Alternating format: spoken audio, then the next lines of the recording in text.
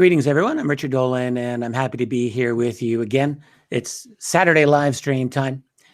And for quite a long time, I've been doing a Saturday series I call UFOs, the Big Picture. I'll be coming back to that.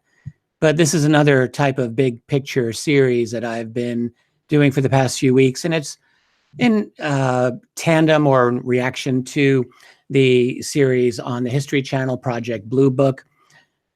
Lots of folks in the UFO field have been following this, and it's a dramatization, fictionalized dramatization, a little bit of history thrown in there of cases that are indeed in the Air Force Project Blue Book files or related. These are the UFO studies done by the United States Air Force way back in the 1940s and 50s. And in fact, Blue Book continued right up until the end of the 1960s. And the series has been going for a few weeks, and I'm basically 1 week behind each of the episodes, but no big deal, right? I want to talk this week about the theme of the series, episode 4, which concerns a sighting by a couple of very experienced commercial airline pilots, and in fact, one passenger on that plane as well. It's known it's typically known as the Eastern Airlines UFO, or sometimes the Child's Witted UFO, after the two pilots of the aircraft. This is a very important historical UFO encounter.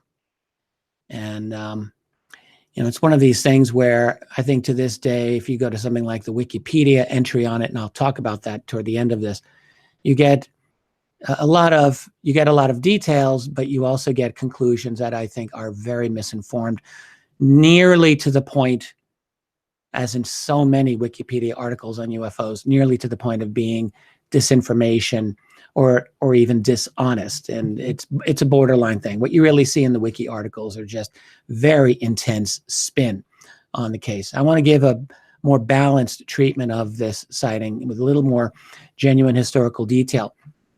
What you find in the treatment of the sighting on the TV show, and again, I don't generally get into where the TV show gets things right or wrong, because that's a whole other event in itself, and lots of other people are doing it.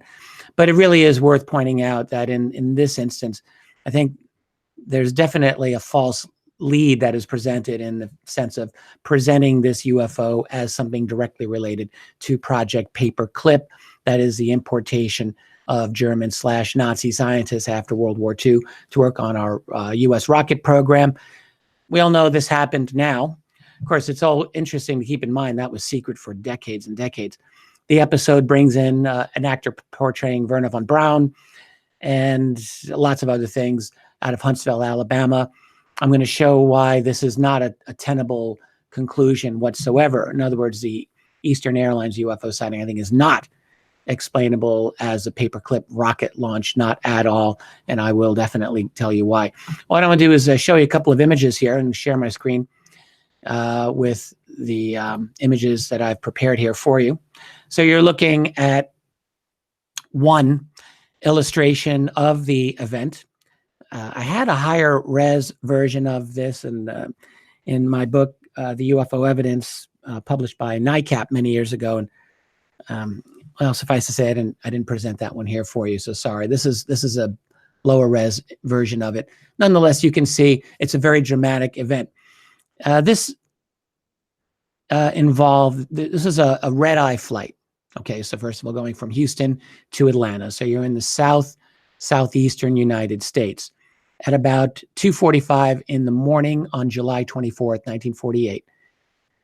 The pilot is Captain Clarence Snipe Childs. And Childs was a World War II veteran. He had been a lieutenant colonel in the war, and in fact was still a lieutenant colonel at that time in the Air Force Reserve. He was, after the war ended, became a full-time commercial pilot. He had over 8,500 hours of flight time. Childs was an exceptionally experienced pilot. He'd gone through warfare. He'd flown an awful lot of commercial flights. He was extremely experienced. His first officer was also incredibly experienced. John Whitted, was also a World War II veteran who had flown B-29 bomber craft during the war. So they are flying this, and I'm going to show you the route here. So from Houston to Atlanta, they're flying. This is a DC-9, I believe, and they're a commercial airliner carrying about 20, 25 passengers, most of whom are asleep. It's 2:45 in the morning. And the two of them, Childs, the captain, is the first to spot this very unusual light. It's straight ahead of them at the horizon. And he's, and actually what I learned in doing additional research on this is that they were on a visual flight plan. In other words, these guys were very, very alert to what was all around them. So Childs sees a reddish, orange, glowing object that's closing in on them, and it's coming in very fast. So he talks to Whitted. He says, is that one of these new military jets? Everyone in the late 40s is thinking, we've got all this new technology, new jets, and maybe this is one of them coming near us. It comes directly at the DC-9, and it's coming down at a slight dive. So then they get close enough to this, and they believe that this object is going to collide with them, or possibly potentially collide with them. And Childs changes his course, and he banks the plane to the left to avoid a midair collision. The object, from their perspective, appeared to turn to its left in order to avoid a collision. That's what it seemed like to them. Whitted looks out, and he sees the object streaking by. He doesn't hear anything, and it's maybe a half a mile from their aircraft and a little bit higher. So that's really quite close when you're in the air. Here's a description of how they both drew this. After they landed in Atlanta, they both met with U.S. Air Force Project Sign investigators. That's the precursor of Project Blue Book. But we're not done here, because as the object zoomed by them, so it looks kind of like a rocket ship, doesn't it, or a rocket of some sort. They see it streaking by, and they estimate it's about 100 feet long. They see what appears to be rows of windows, or two rows of something. One of them believed it looked just like windows. They estimated the speed at something close to 700 miles per hour, which is very fast, particularly in the late 1940s. They see the objects giving off, as it passes by them, a bluish glow on the bottom. It passes, there's an exhaust plume that nearly blinds the pilots as it goes by. Because keep in mind, it had been quite dark. It's 2:45 in the morning. And as it passed them by, it turned sharply upward from their estimation. So it had come down toward them a little bit, passes by, avoids them, and then shoots upward, noticeably upward. By the way, here's another artist's rendition of the two aircraft. So now there was one passenger who was awake at the time. His name was, I've got it right here, he was named Clarence McKelvey, and his job was an editor, I think a newspaper editor from Columbus, Ohio. They land, this thing makes the newspapers. You can see Childs on the right. He's got the little mustache there, and his co-pilot, First Officer Whitted, is with him there. And by the way, they made statements to the Project Sign team. You can stop this screen and read this later. This is Childs' statement, and you can then, here's Whitted's, at least some of it. And these are publicly available. You can search for the public statements of these gentlemen. So that's what we're seeing. I want to back up to the images of these things here. Now, one thing that the Air Force became aware of, and that wasn't really discussed very much at the time publicly, is that there were other sightings that same evening that were quite significant. Let me just move ahead here. So now here's again the flight plan, right? You can see there's Houston going to Atlanta, and Montgomery is the image. I'm going to show it right here, right? Montgomery, Alabama. And this is more or less where the sighting occurred. Okay, so now just above, quite a bit above actually, is Huntsville, Alabama up here.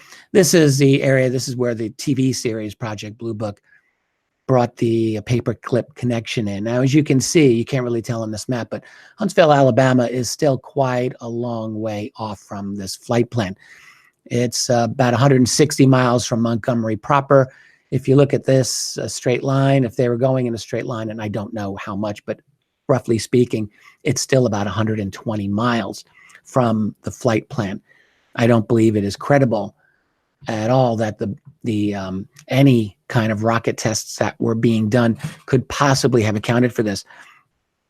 And I'll simply mention, well, here, let me move on to the next slide for you. So there were other sightings that very same night. You can see Montgomery I've circled, and over to the east of it is Robbins Air Force Base, a couple hundred miles over.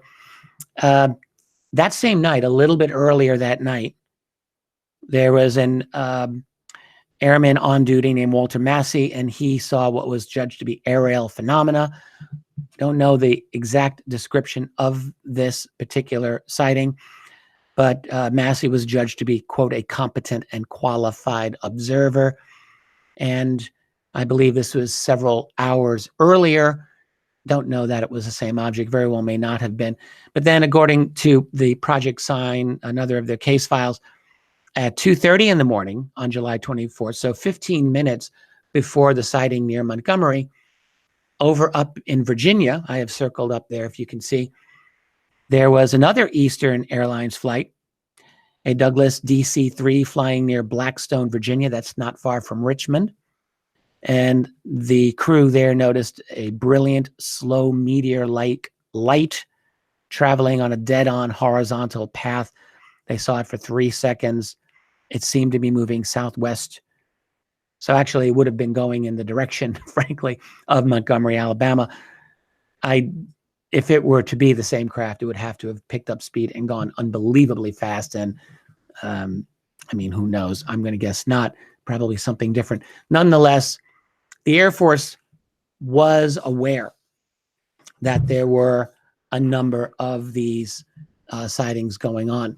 Now, one of the things that, you know, the rocket connection was somewhat significant here. And the reason is that there was actually serious concern among the Project Sign people. Because here's the thing. They get all the information from Childs and Whitted, and they're thinking, okay, something is going 700 miles per hour. It's got rows of windows or openings of some sort. There's a orange glow coming out of it. They couldn't see anyone inside it, obviously. No wings, no sound, no jet engines, no cockpit. And by the way, they had very excellent visibility that night. The first Pentagon suggestion was, wait for it, weather balloon. This was very quickly withdrawn. And the Air Force eventually had to admit this is a credible sighting, but he also said, look, we don't have anything like this. Alan Hynek, who was a consultant to Project Sign, he was not, as the episode indicated, incidentally, on the aircraft. That was a nice little bit of poetic license that the creators of the episode put.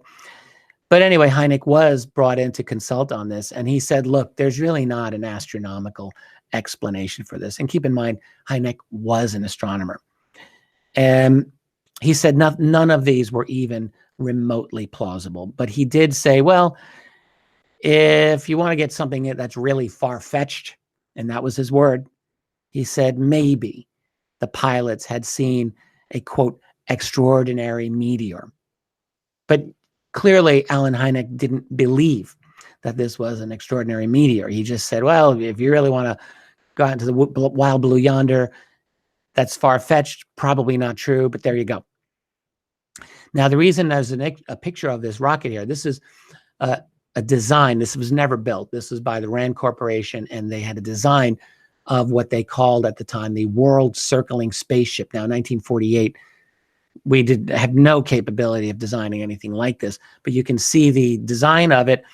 And it was this type of knowledge that some of the people at Project Sign thought, whoa, wait a minute.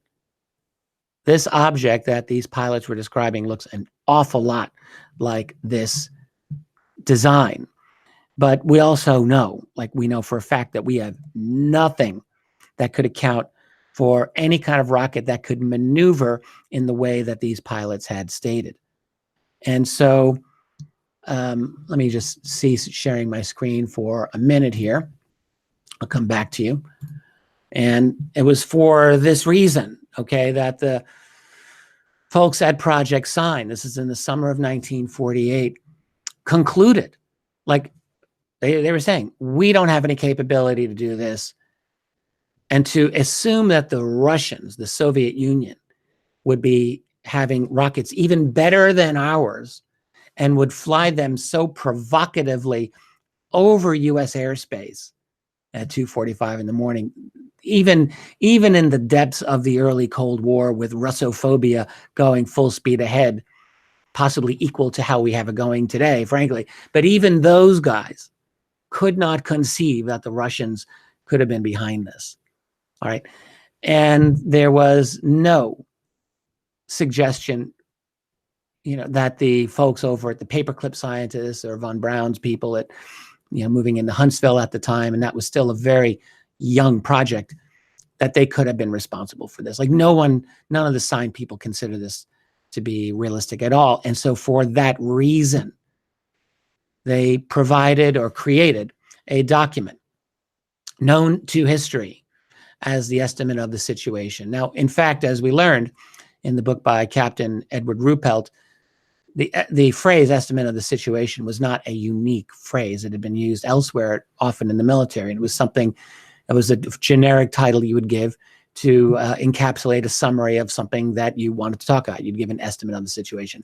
But this estimate of the situation concerned the flying saucer phenomenon, and much of it focused on the significance of this particular airline sighting by Childs and Whitted and the passenger, the Eastern Airlines sighting.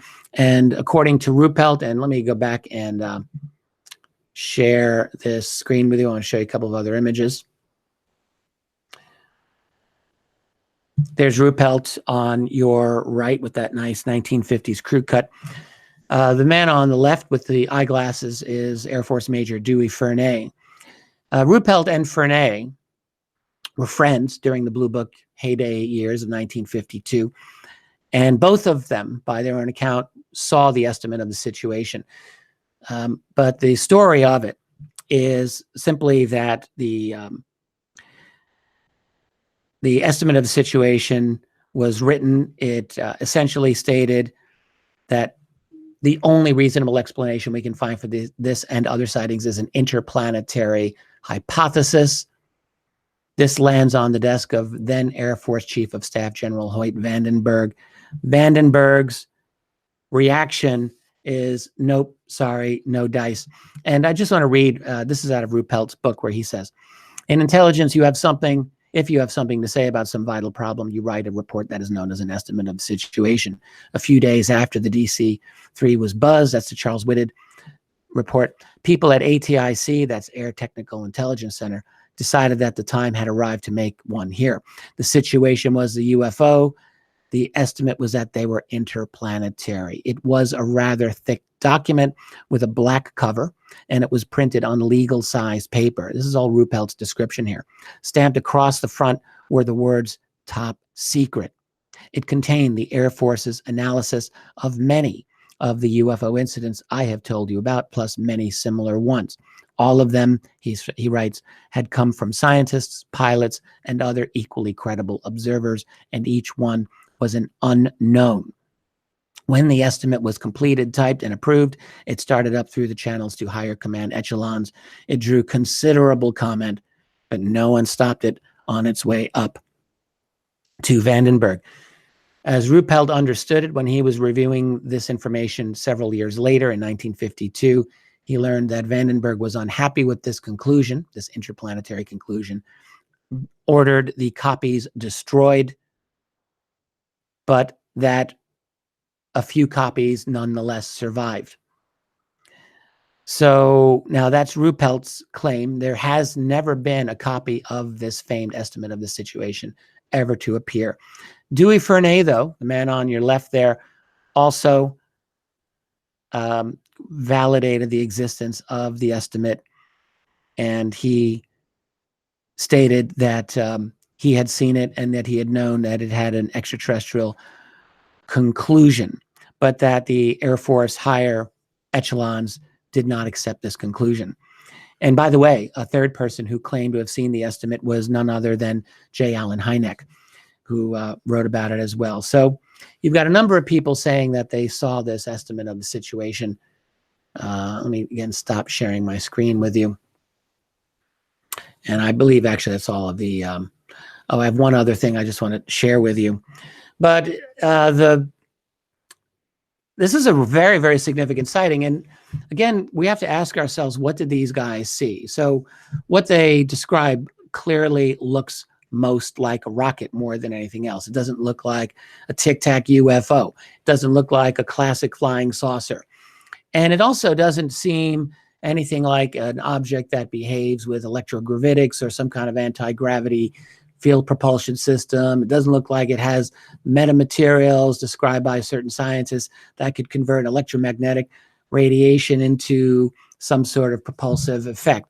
Doesn't look like that at all, because it looks like a rocket that's blasting fuel of some sort at a very high rate of speed, absolutely, but all within the parameters of what is possible in the late 1940s, at least in theory, not the maneuverability. And here's the thing.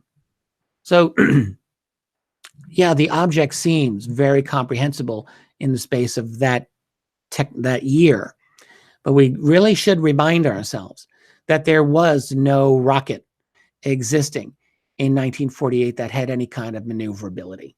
All right. And to think that something's going to be flying at 2:45 in the morning over fairly populated areas, incidentally. This isn't like a test site area where they encountered this. This is near Montgomery, Alabama, for goodness sake.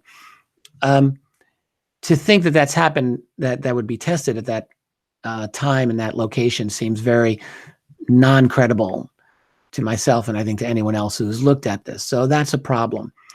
And it's a maneuverable rocket that is at least some years, quite a few years actually, ahead of its time.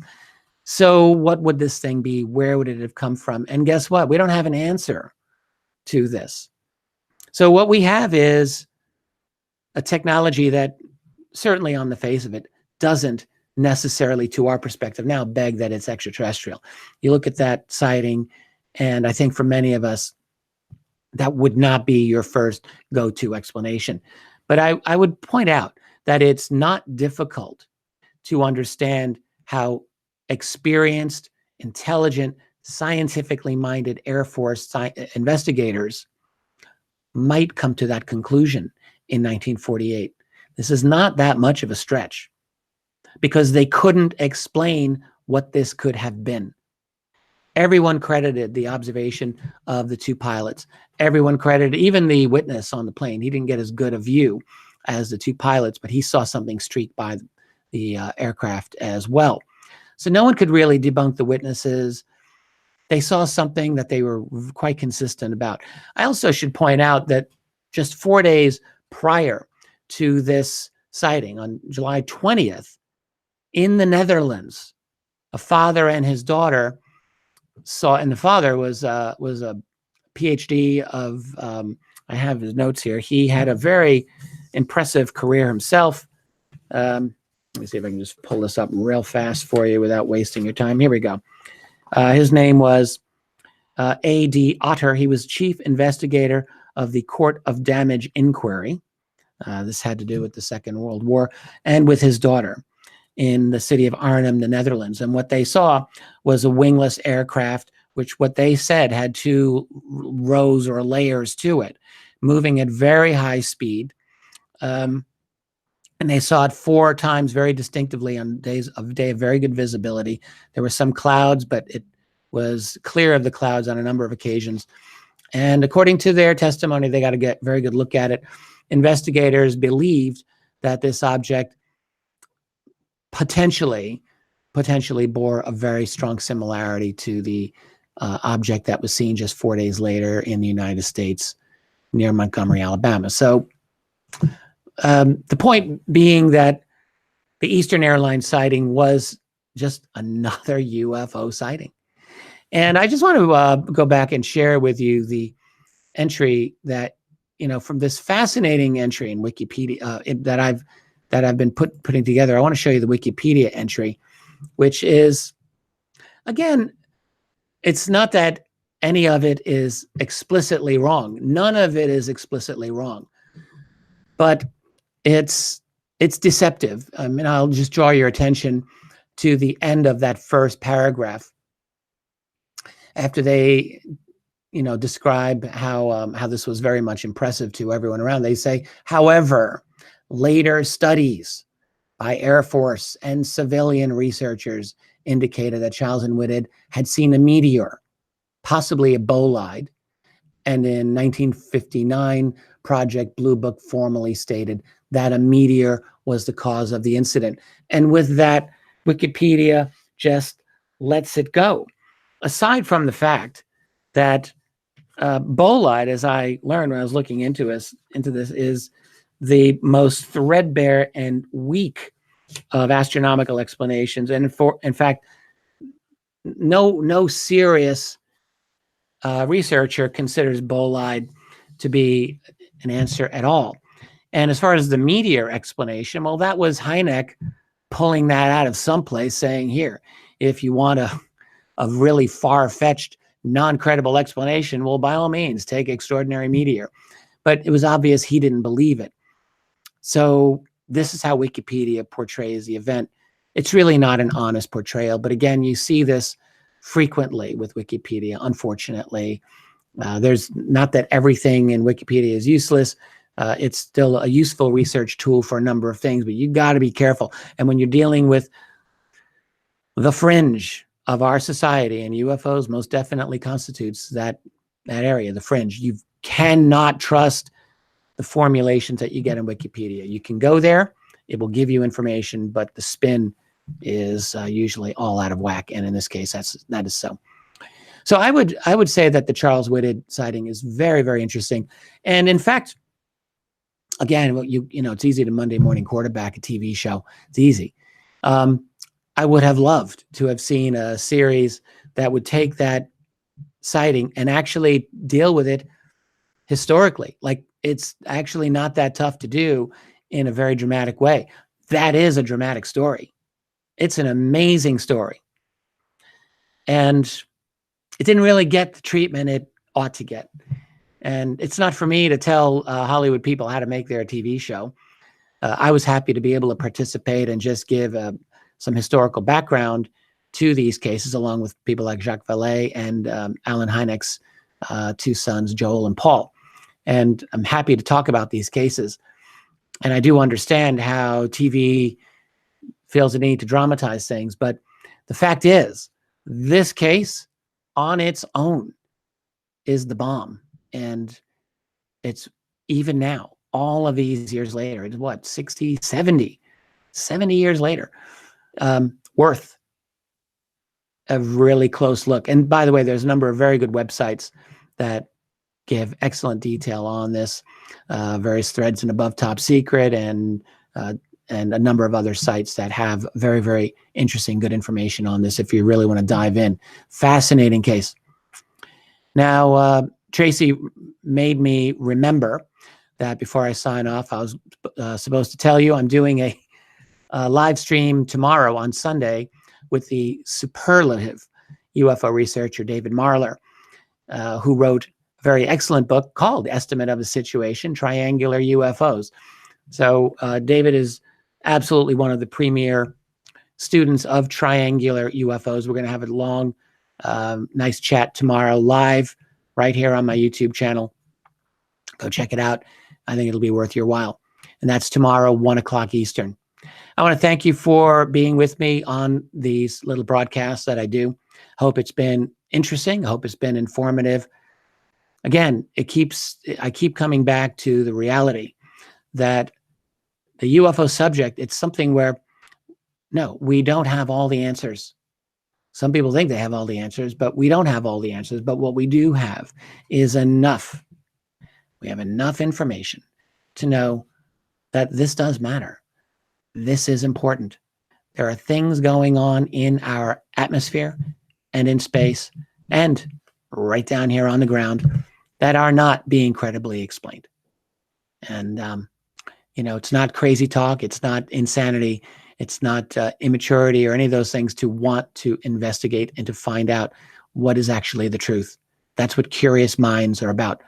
And God forbid that we stop having such curiosity about the world around us, because we're dealing with a phenomenon that is not even potentially of great significance. It is of great significance. But, well, that's all I've got for right now. And again, I want to thank you for coming. I appreciate your support. If you like what you see, as always, I would suggest like the video, subscribe to my YouTube channel. That always helps me out. Tracy and I Tracy puts together a weekly newsletter that describes all of the interesting things that I'm up to and that we are up to. And for that, you can go to either of my websites, richarddolanmembers.com or richarddolanpress.com, and just subscribe. It's free, and it'll tell you what I'm doing at any given time. So that's it. Hope you have a great day. And again, thank you for your support. Catch you next time.